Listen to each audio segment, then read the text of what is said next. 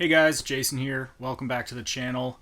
Today it's time for our monthly book club discussion. So we are talking about the book that we read in January. That's Night Film by Marisha Pessl. As a side note, I've noticed since I changed the setup a little bit, the audio has been really kind of quiet and hard to understand from just my phone. I think it's just because the phone is quite a bit further away from me when I'm filming. So I set up this little microphone, hopefully to get a little bit better audio. Before we get into the discussion here, I just want to plug the Discord server. Come on over. It's a good place to discuss the books that we're talking about. I've got a channel for each of the books every month, and we can just chit chat about it as we're reading it or once we're finished.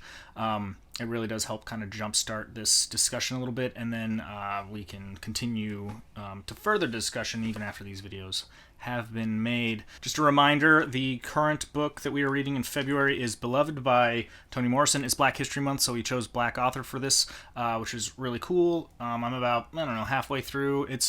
I'm enjoying it so far.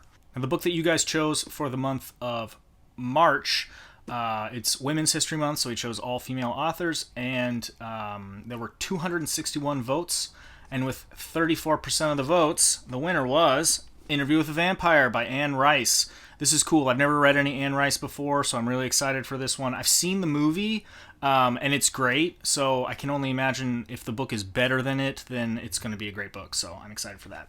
So now it's time to decide what book we're going to read in April. As usual, I'll give you a list of 5 books, a short list that you guys can then go and vote for. I'll post a poll in the community tab so you guys can vote for what you want to read in April. Now, as an aside, there's been a couple of comments here and there about the books that we're choosing not being horror or whatever. A couple people said it about Night Film. A couple people have already said it about Beloved. And my take on that is it's horror if we decide that it is. Horror isn't... To me, horror is less of a genre and more of just like a feeling that the book creates, like a sense of dread. And obviously there are books that are... There's no other way to classify them than horror, but I think that a book can be both like science fiction and horror, or fantasy and horror. I think about books like Silence of the Lambs, which is a detective novel. It's a serial killer novel, and it's not strictly horror, but it is like horrific, So that's kind of the rule, is if we think it's a horror book, then it's a horror book, and there's no...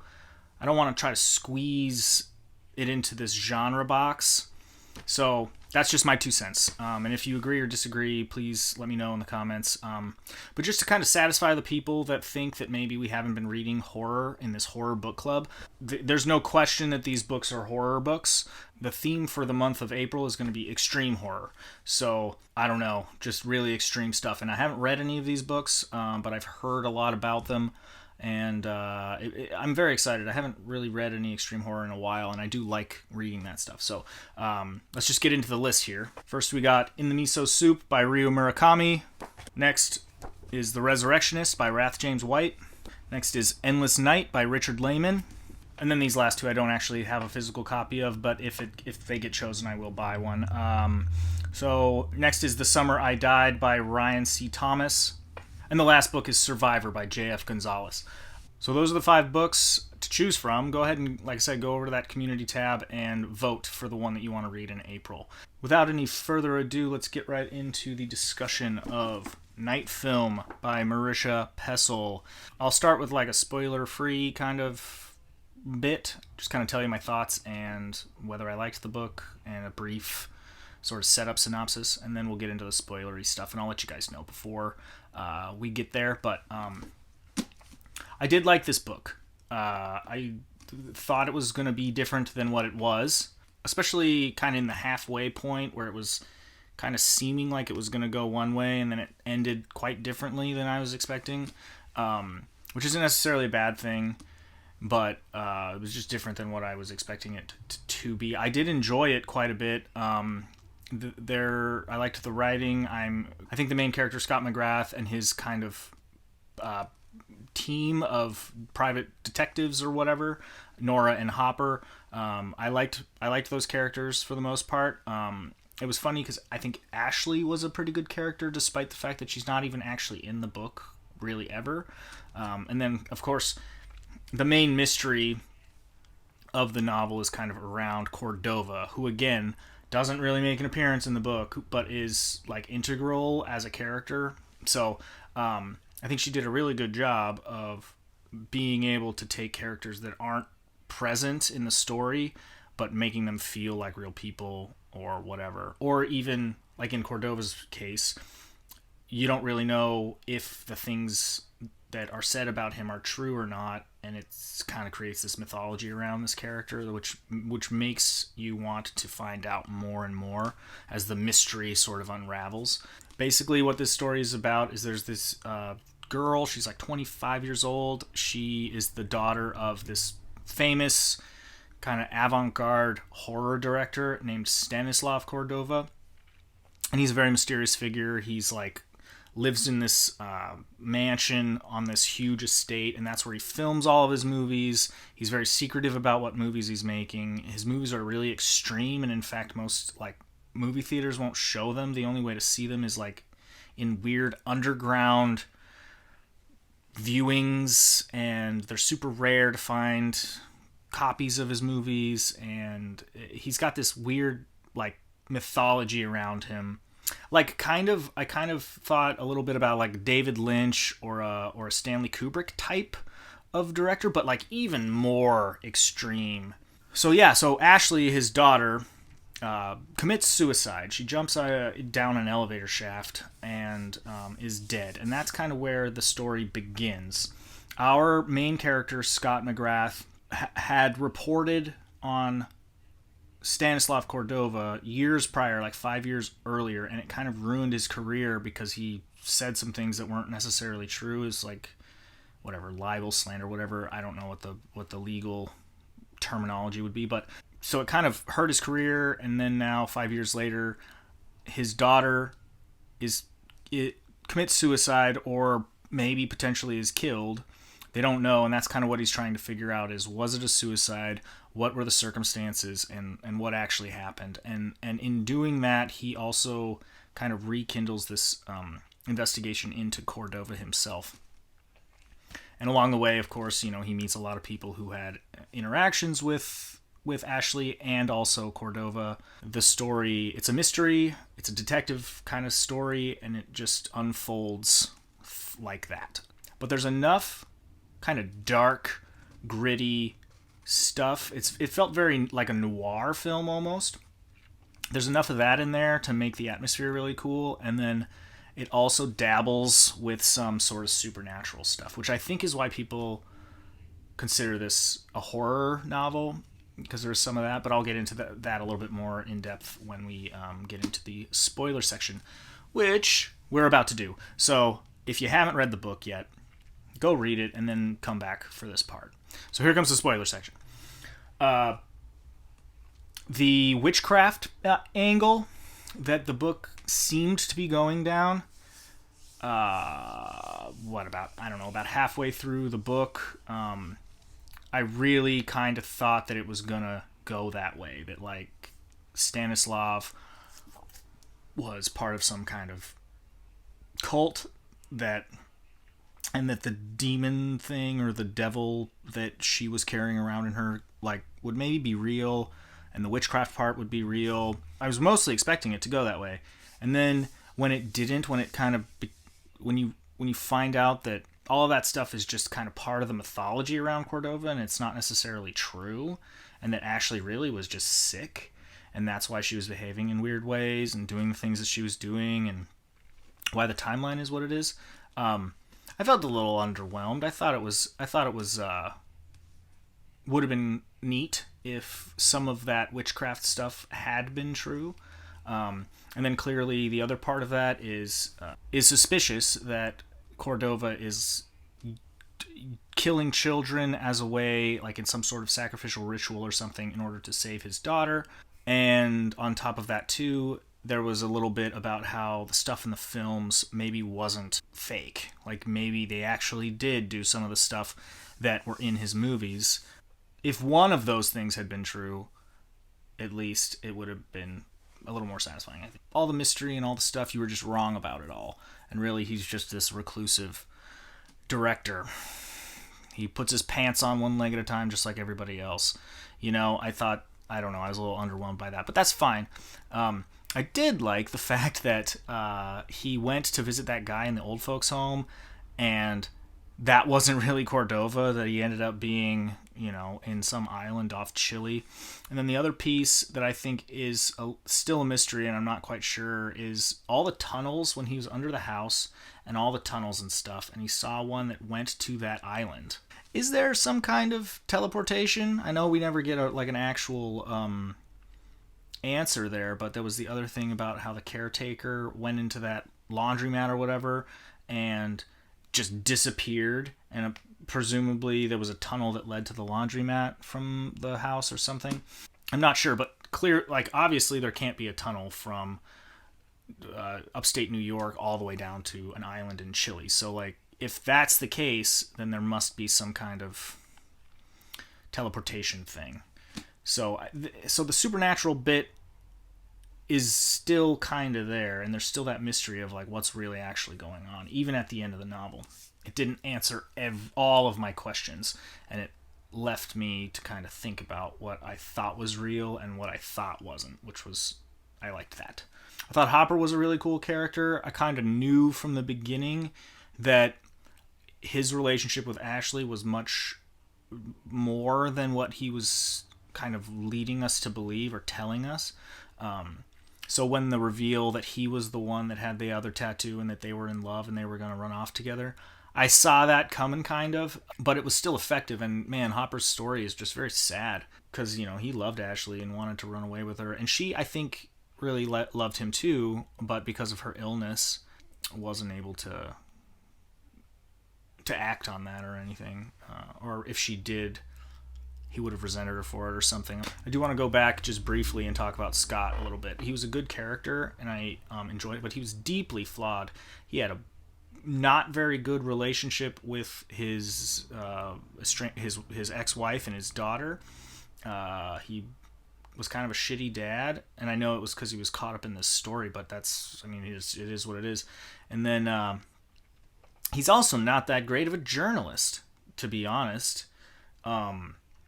What he did 5 years prior when he was talking about Cordova, how he said on TV that Cordova was murdering children, all because some random person named John called him and told him that with no other evidence at all. Yeah, you did commit slander or whatever, and you do deserve to be your career deserves to be damaged because of that, because you can't just say stuff like that about public figures without evidence, right? Isn't there's journalistic integrity? There are laws against stuff like that. So yeah, he definitely did the wrong thing there. And then even in the current investigation into Ashley, he jumps to some pretty wild conclusions with very little evidence. He's not much of a skeptic. He's not much. He just kind of follows his nose around and doesn't really bother too much. So he's kind of not very good at his job. It actually kind of baffled me how rich and successful he was. I kind of would have liked that character maybe even more if he had been poor and bad and working for the National Enquirer or something. Because it would have made more sense that he's a bad journalist, you know what I mean? Another thing is when they break into the house and he goes through the garden and gets drugged and he's just hallucinating. That part was crazy, super trippy, weird. It was obvious that what was happening wasn't real. We're in Scott's perspective during this whole time, and so he thinks it's real, and he is in that hexagonal box and he keeps having to break out just to be in another one. I was just like, this is so weird. This can't be what's actually going on. And then when you found out later that he was just tripping on these poison plants, I was like, oh. But then it got me thinking how much of it was true, how much of it was a hallucination. Because I'm sure elements of it were maybe real. I just don't know what, and you never really find out. Cause I just thought that whole encounter and that whole scene was really kind of crazy and fun. I'm here on the Discord server just looking at some comments, and yeah, it sounds like a lot of people picked up on the liked the noir detective kind of element to it. I know that was an enjoyable piece to me. I love detective stories and stuff, so that's cool. Anthony L says this book has been such a mind f. I can see why this has been placed on a horror list. At the very least, it's a psychological suspense thriller. I think, yeah, I agree. I think psychological suspense thriller, but I don't know. Again, horror is just a feeling, and there was enough in there. I can see why this is considered a horror novel, and it's horror if we say it's horror. So, all right, here's one. Jazz Dog says, I enjoyed my time with it at places. It was compelling page turner. It could also drag a bit. In the end, it was a long, slow journey towards something interesting. Nope, psych, something mundane, or maybe not. Nor is the book going to explain it all. Was that wooden object's shadow doing weird things? Who cares? This book is going to have its cake and eat it, so go away.